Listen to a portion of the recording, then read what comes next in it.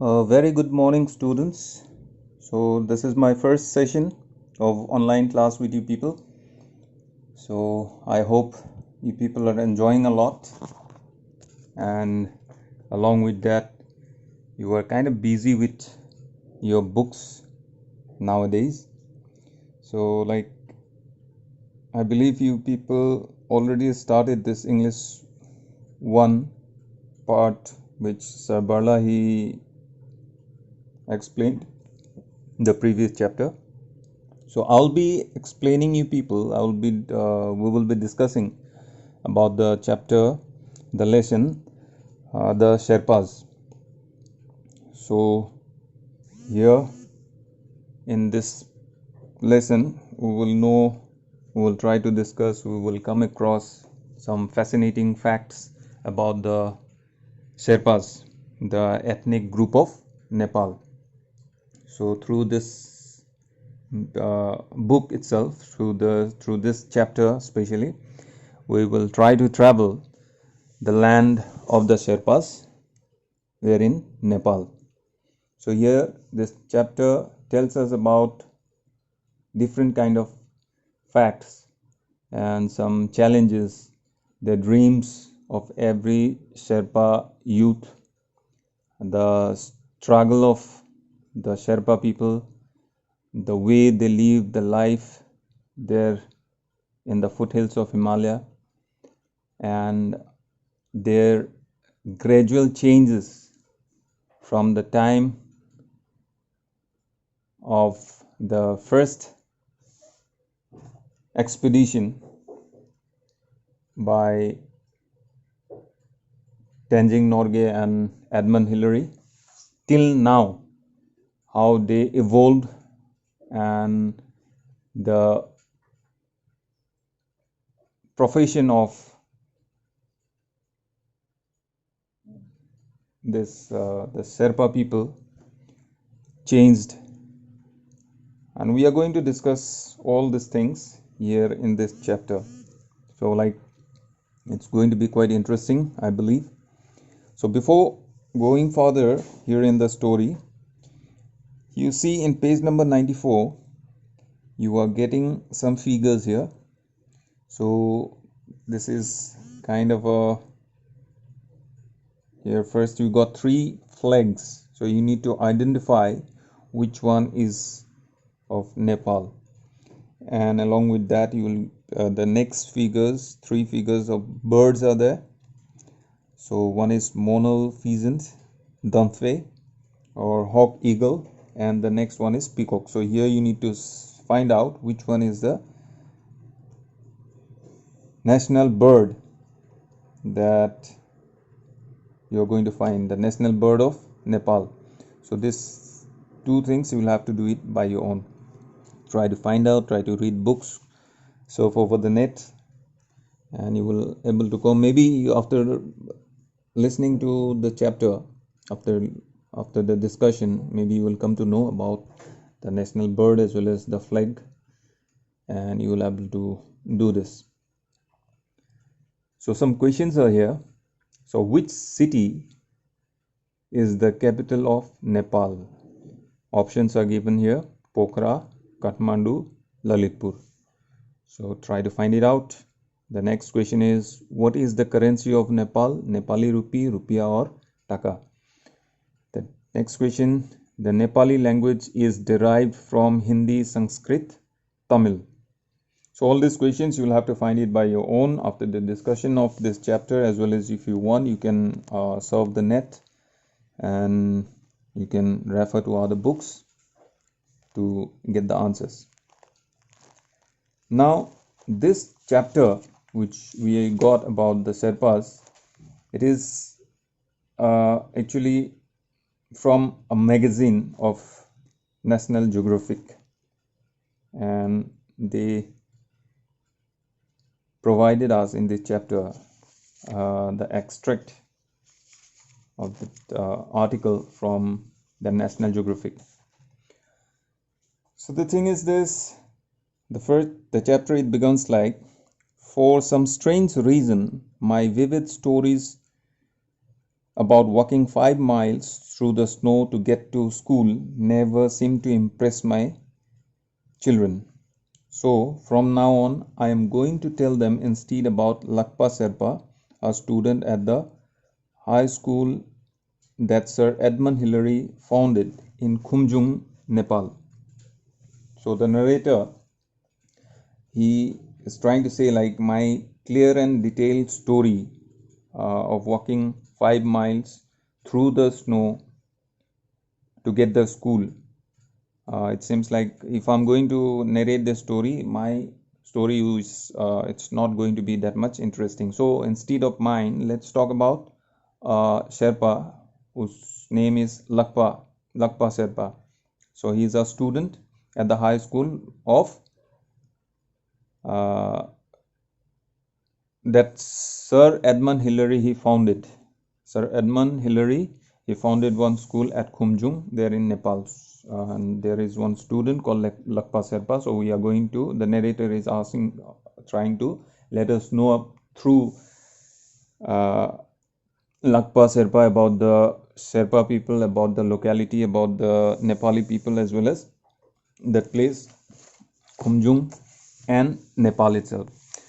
So Lakpa hoped to go to school and become a doctor like any of the youngsters, like any of the youth. Lakpa Sherpa is also having a dream, and his dream is to become a doctor in future.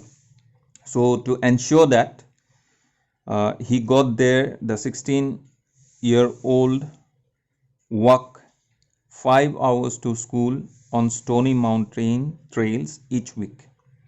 So each week he need to walk 5 hours to school on stony mountain trails. Very serious. He cannot go every day, but in a week he usually goes to school and he need to walk for 5 hours to reach school. So in monsoon, now Lakpa Sherpa is saying, in monsoon I walk in the rain, in winter I walk in the snow. It's always hard. But then, with the Sherpa's skill for finding the bright side, he would add, going back home is downhill, so it takes only 3 hours. So, as he was walking steep mountain trails to reach school, usually it takes 5 hours for him. But while getting back from school to home, it takes him only 3 hours. Why?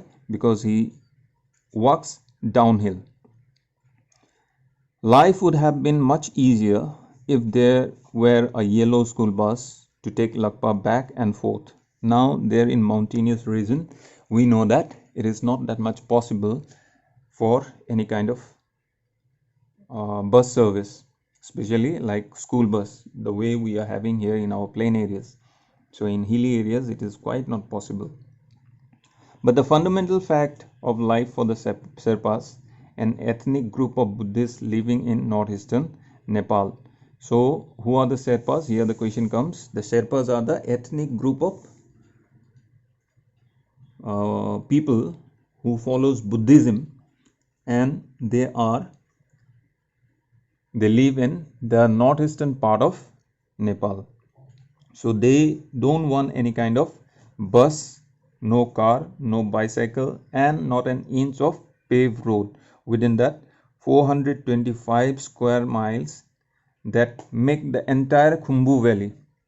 So the Sherpa's traditional home beneath the Mount Everest, that is the entire area, that is the where you are going to go find the Sherpa people, they're in Khumbu Valley. So what is the measure of the valley, Khumbu Valley? It is of 425 square miles beneath the Mount Everest. So that is the real place where you are going to find that the native place of the Sherpas. So there you won't find any kind of bus or car or bicycle or not even an inch of paved road. The Sherpas in Khumbu go everywhere on foot with their property on their backs or their yak's back.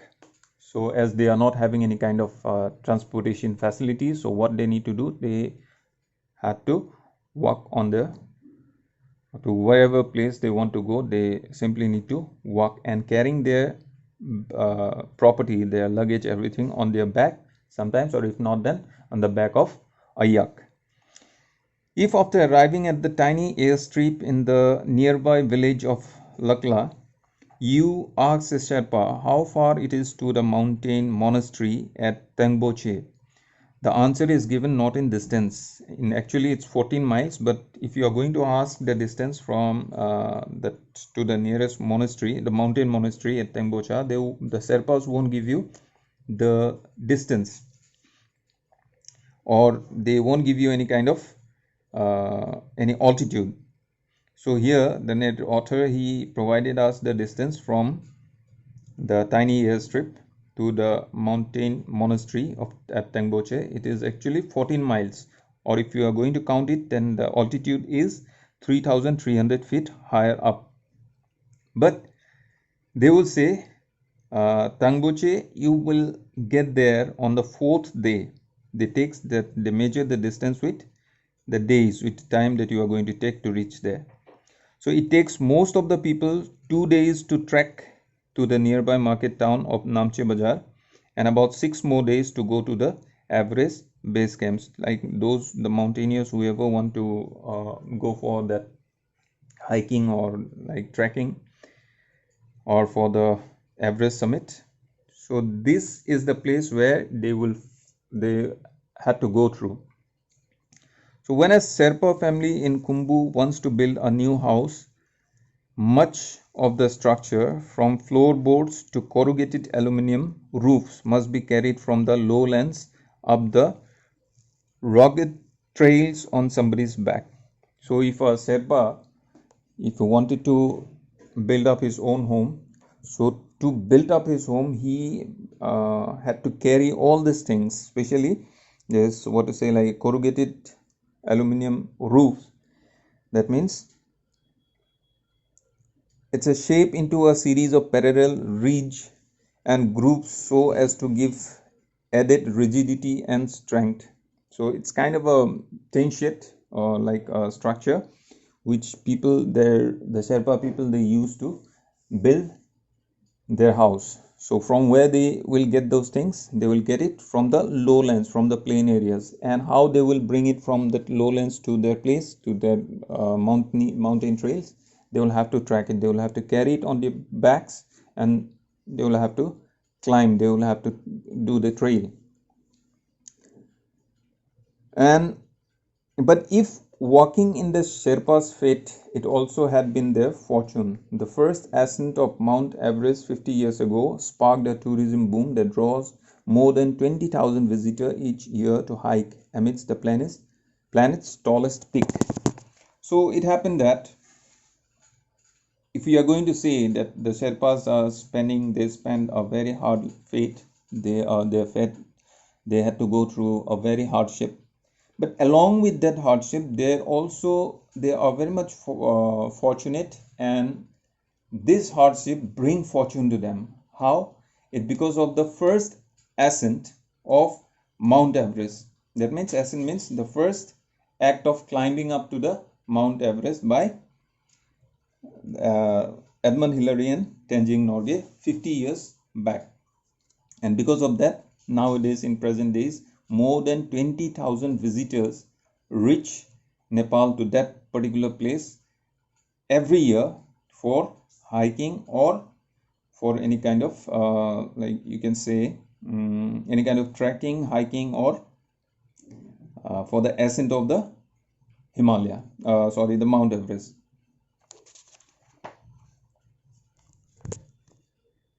So because of that first ascent, till now the social and economic condition of the Sherpas are a bit better. Not a bit better, but it's quite better than 50 years back. It was very much hard for them. 50 years back, they had to go through a very hardship. It doesn't mean that they started making up roads or their facilities. You are going to find facilities of train, trucks, or bus, or bikes, or something like that. No, you are not going to get anything, but you still now will have to walk.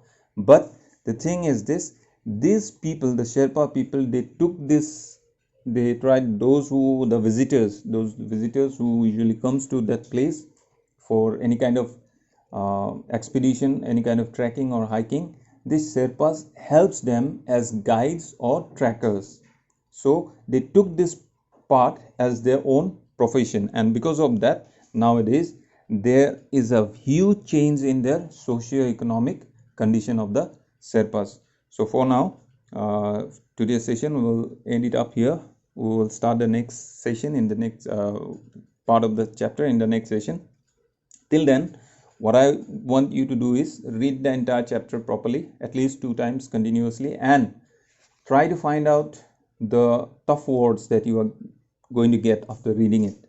So mark it down, and if you want to ask me, better I will ask you to refer the dictionary. But still, then if you are going to find it a bit difficult, then you can ask me there in the group of your class, and I will help you out in that.